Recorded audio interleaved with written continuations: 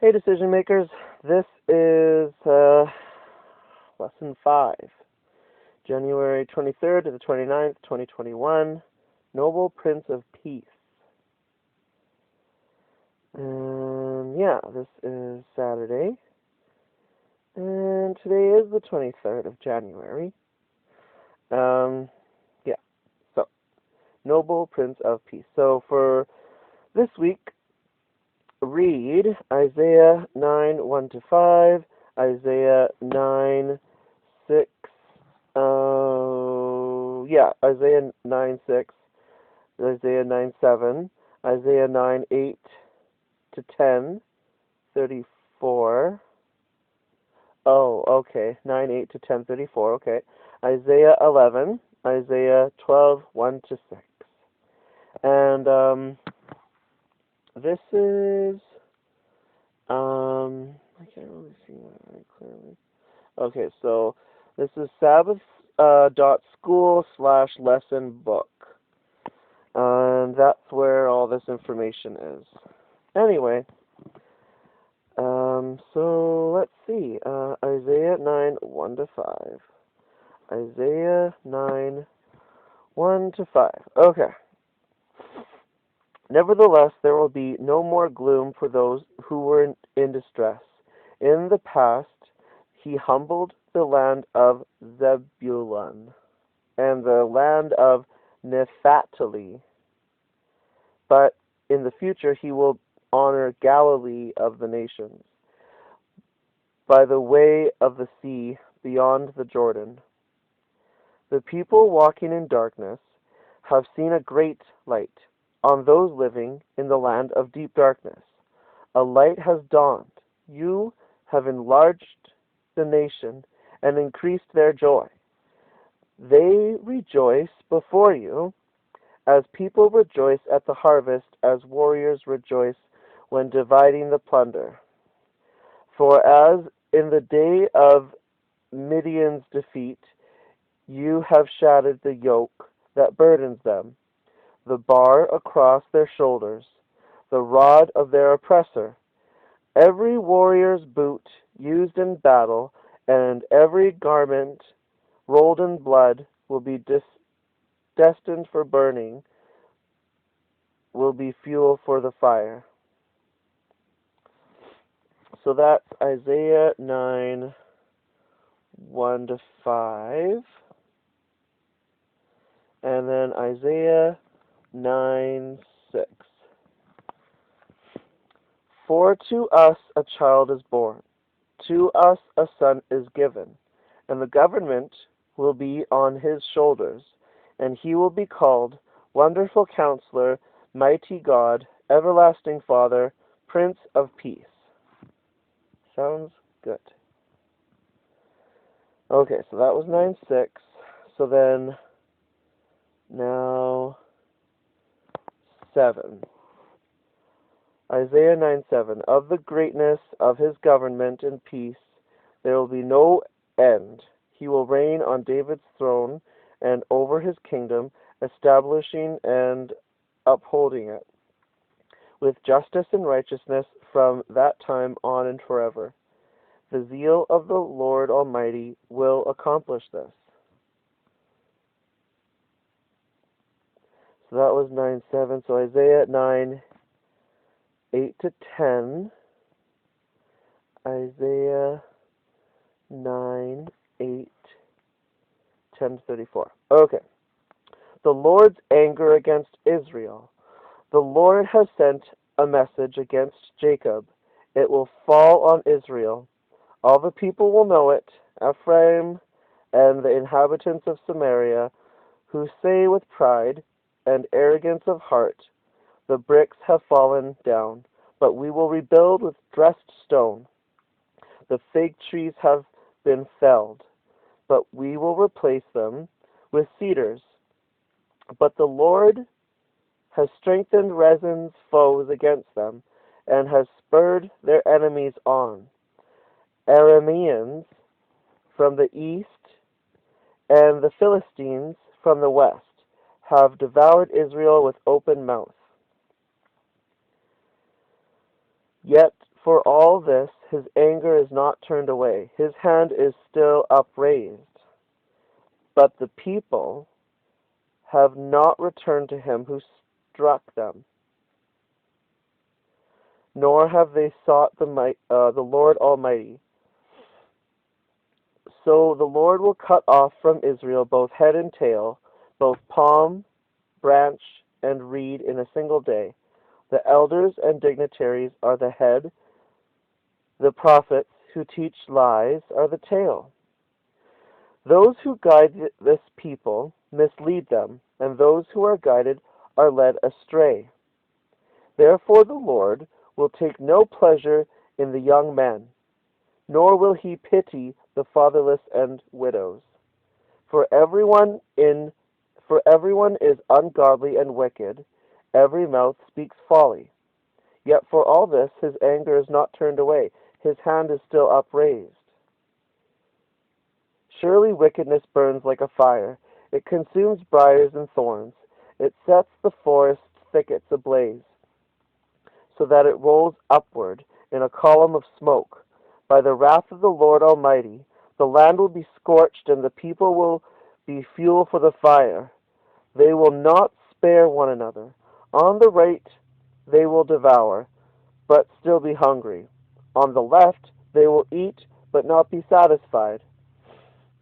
Each will feed on the flesh of their own offspring. Manasseh will feed on Ephraim, and Ephraim on Manasseh. Together they will turn against Judah. Yet for all this his anger is not turned away, his hand is still upraised. Woe to those who make unjust laws, to those who issue oppressive decrees to deprive the poor of their rights, and withhold justice from the oppressed of my people, making widows their prey, and robbing the fatherless. What will you do on the day of reckoning, when disaster comes from afar? To whom will you run for help? Where will you leave your riches? Nothing will remain, but to cringe among the captives, or fall among the slain. Yet for all this, his anger is not turned away, his hand is still upraised. God's judgment on Assyria. Woe to the Assyrian, the rod of my anger, in whose hand is the club of my wrath. I send him against a godless nation, I dispatch him against a people who anger me, to seize loot and snatch plunder, and to trample them down like mud in the streets. But this is not what he intends. This is not what he has in mind. His purpose is to destroy, to put an end to many nations.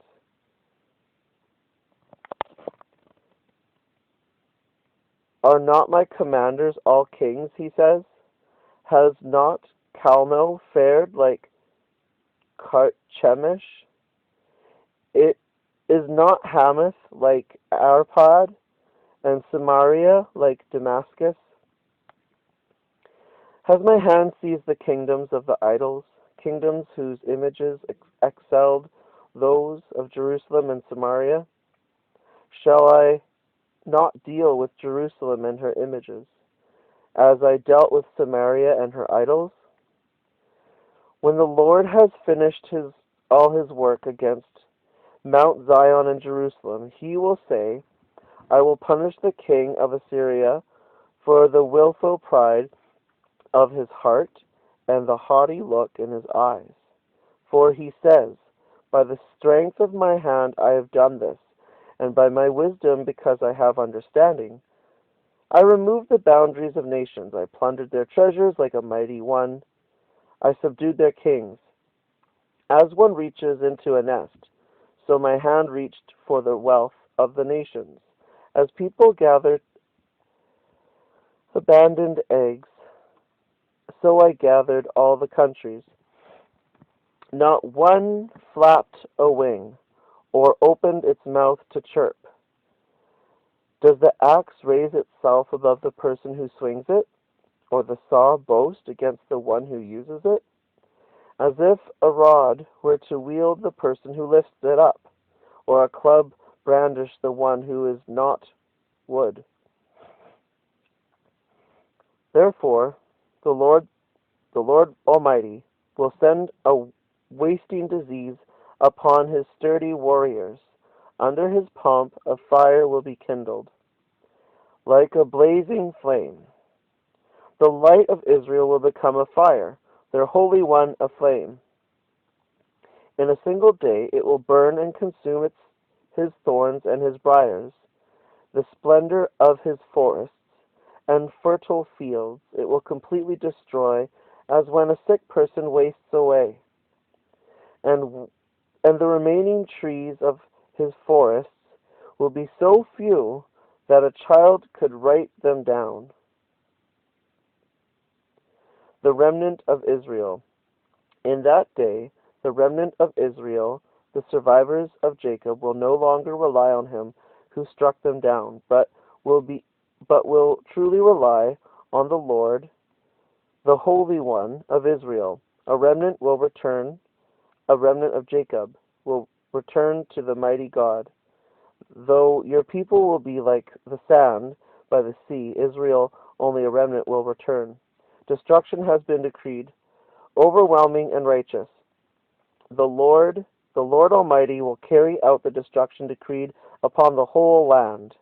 Therefore, this is what the Lord Almighty says: My people who live in Zion, do not be afraid of the Assyrians, who beat you with the rod, and lift up a club against you as Egypt did.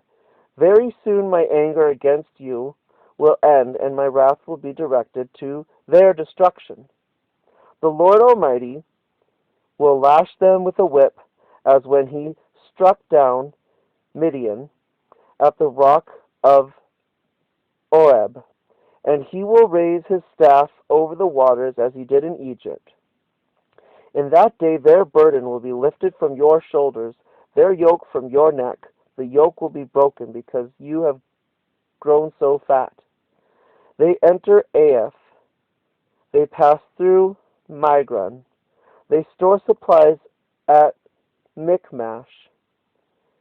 They go over the pass and say, we will camp overnight at Geba.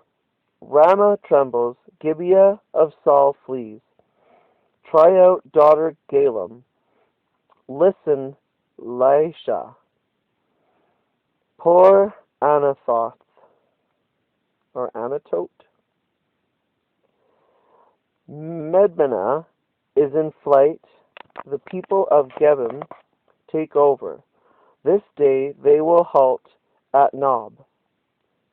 They will shake their fist at the mount of daughter Zion, at the hill of Jerusalem. See, the Lord Almighty, will lop off the boughs with great power. The lofty trees will be felled, the tall ones will be brought low.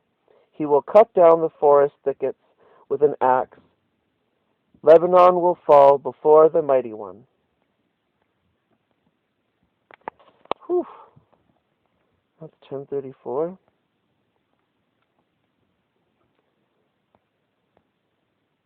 That's 34. Where's 10? 9, 8. I see 10. Okay.